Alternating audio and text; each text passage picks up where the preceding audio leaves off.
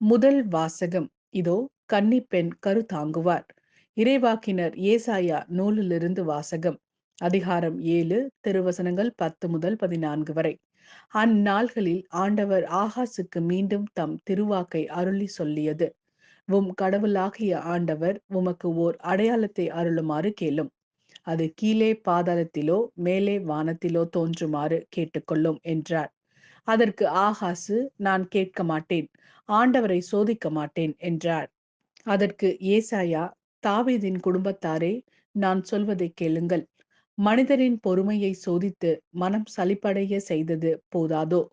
என் கடவுளின் பொறுமையை கூட சோதிக்க பார்க்கிறீர்களோ? ஆதலால் ஆண்டவர் தாமே உங்களுக்கு ஓர் அடையாளத்தை அருள்வார்.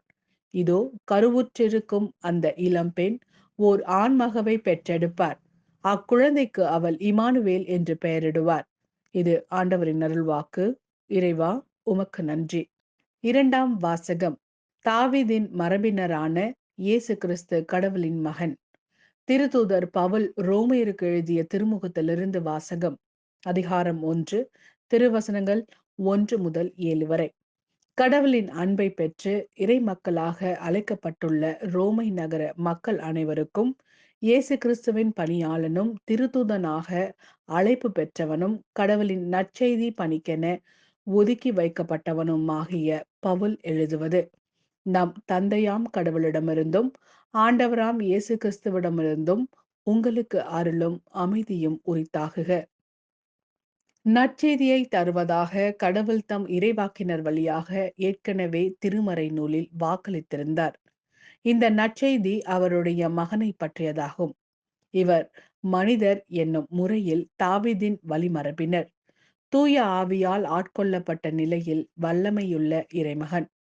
இவர் இறந்து உயிர்த்தெழுந்ததால் இந்த உண்மை நிலைநாட்டப்பட்டது.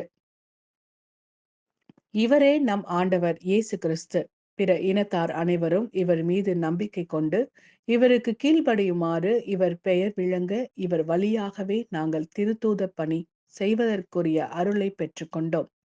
பிற இனத்தவராகிய நீங்களும் இயேசு கிறிஸ்துவுக்கு உரியவர்களாய் இருக்க அழைப்பு பெற்றிருக்கிறீர்கள்.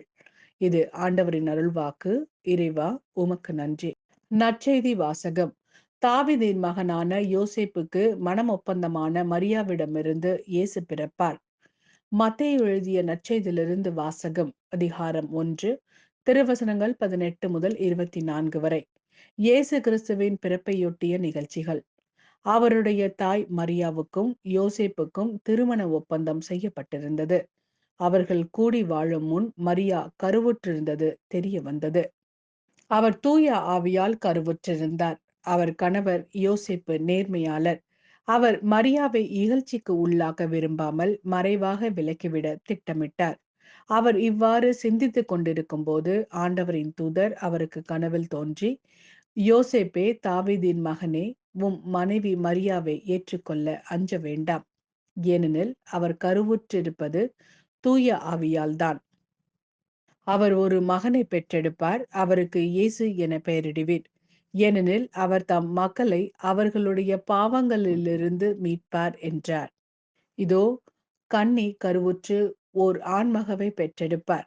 அக்குழந்தைக்கு இமானுவேல் என பெயரிடுவர் என்று இறைவாக்கினர் வாயிலாக ஆண்டவர் உரைத்தது நிறைவேறவே இவை யாவும் நிகழ்ந்தன. இமானுவேல் என்றால் கடவுள் நம்முடன் இருக்கிறார் என்பது பொருள்.